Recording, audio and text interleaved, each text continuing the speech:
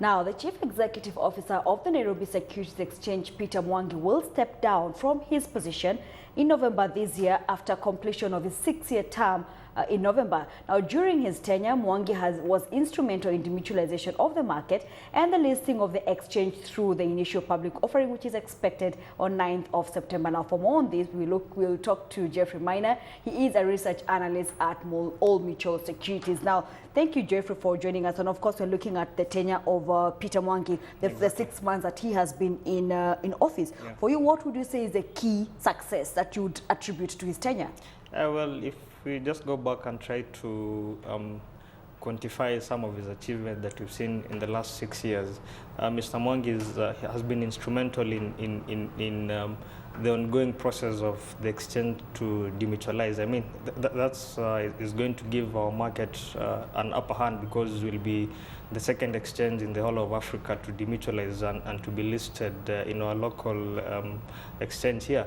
And also through that, we've seen the exchange has been able to ensure that the Nairobi Securities Exchange rebrands and even change of name just to accommodate more products that will be coming hopefully in the near future. You know, our market traditionally it's been characterized by equities and bonds only. So, but there are plans to expand the product portfolio, and that was one of the key things that informed the change of name.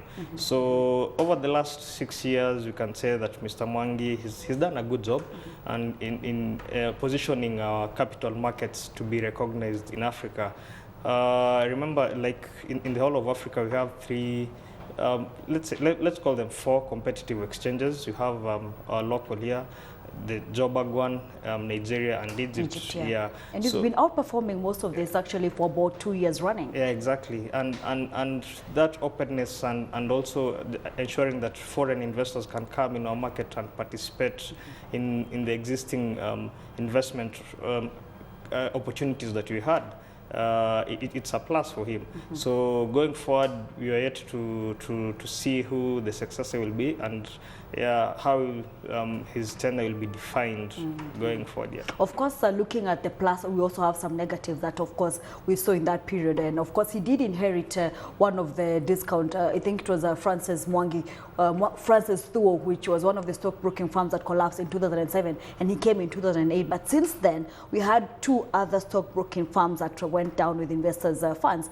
So we had Kenya Karaoke in 2008, and we had Discount Securities in 2009. For you, looking at it from the perspective of what was done to regain investors' confidence, what's your view on that, and how the NSE handled that? I think this will most suit from the regulator side, because you know the NSE is regulated by our Capital Markets Authority, and we've seen after those cases that those 3 stockbroking houses went down, the regulator came in and reinforced the market rules. Right now, we know all participants are supposed to maintain separate accounts, what we call the client account and their own office account, just to try and separate funds. What this money belongs to client, and this is your actual money. And those are some of the challenges that characterize that led to some of the stockbroking that you mentioned to collapse. And even after that, we also saw the CMA introduce an investor protection fund, where right now, in case of anything, at least investors are covered in that front. And even going forward, both NSE and CMA, the regulator, they've been very active in trying to ensure that there's fair play in the market. We've seen in our market, we've never had cases or instances of insider trading. I mean, it shows you how vigilant they are in enforcing some of the rules to ensure that the market is fair and open to everyone, and this just echoes with the kind of management that Mr. Mwangi has been able to put. He's been able to have a very good team from the trading and even products development side, and even the working relation that he enjoyed with the regulator, and in just making sure that our market continues to be active. You know, the government plan is to make Kenya financial hub for this region. And it's the successes that we've enjoyed in our capital markets that is going to really make that vision for the government a reality. Let's talk about the NSC IPO, which of course we're expecting the listing on the 9th of September. Yeah. Well, I do have some insider information, if I may call it so, and I understand that it's already doing very well, and it's probably likely to be oversubscribed. Yeah. For you, when looking at some of the volumes and the numbers, how was the participation? You know, retail investors, they're always out to look for opportunities where they can invest.